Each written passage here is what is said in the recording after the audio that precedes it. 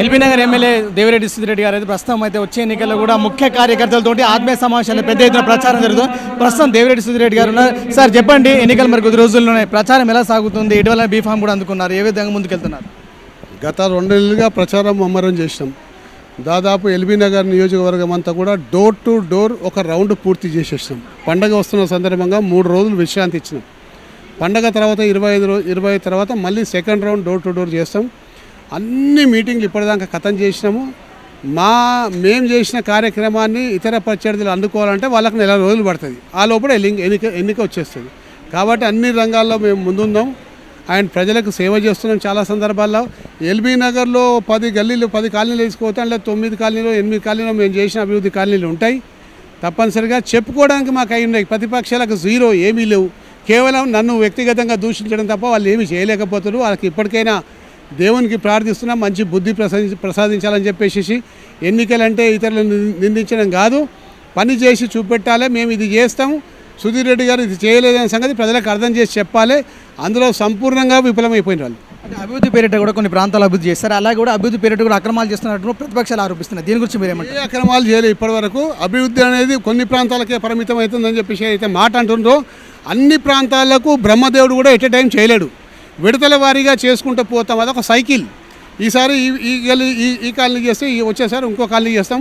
ఒక్కరోజు ఒక్క అవినీతి కార్యక్రమాన్ని కూడా ఒక్క ఆధారం లేకుండా సోషల్ మీడియాని వేదిక పెట్టుకొని బురద జల్లే కార్యక్రమాన్ని మాత్రమే చేస్తున్నారు. టీఆర్ఎస్ నేతలు కూడా అసంతృప్తితో కొంతమంది పార్టీ మారారు. ఆ పార్టీ వల్ల దెబ్బ కూడా తినే అవకాశం ఉంది. దాని గురించి మీరు ఏ విధంగా ముందుకెళ్తారు? ఇది ఒక ప్రవాహం. రాజకీయం అనేది ఒక ప్రవాహం. ఈ ప్రవాహంలో కొంతమంది వస్తుంటారు, కొంతమంది పోతుంటారు. అది అంతే విధంగా చూస్తాం. కానీ ఎవరు ఉండడం వల్ల ఎవరు పోవడం వల్ల పార్టీకి పెద్ద ఇది కాదు. ఇది ఒక రాజకీయ ప్రవాహం. ఆ ప్రవాహంలో పోతాం. గతంలో ఆ అభ్యర్థి మీదనే నేను గెలిచిన సంగతి మీరు మర్చిపోతున్నట్టు. ఫైనల్గా చివరిగా ప్రశ్న సార్, ఎల్బీ నగర్ నియోజకవర్గంలో కూడా ఇటీవల మీరు బీఫామ్ అందుకున్నారు. ఈ నేపథ్యంలో కూడా సీఎం కేసీఆర్ కూడా పెద్ద ఎత్తున కూడా మహాసభలు పెట్టి కూడా పెద్ద ఎత్తున కూడా ప్రచారం చేస్తారు. ఇక్కడ ఎల్బీ నగర్లో పెట్టే అవకాశం ఏదైనా ఉందా?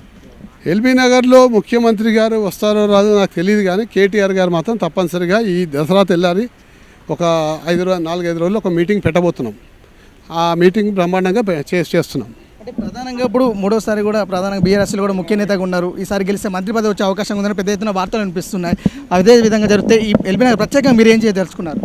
మంత్రి పదవి వస్తుంది అనేది నేను చెప్పలేను, కానీ నా పని నేను చేసుకుంటూ పోతా. భగవంతుడు అనుకూలిస్తే వస్తే అదృష్టమే, లేకపోయినా సంతోషం.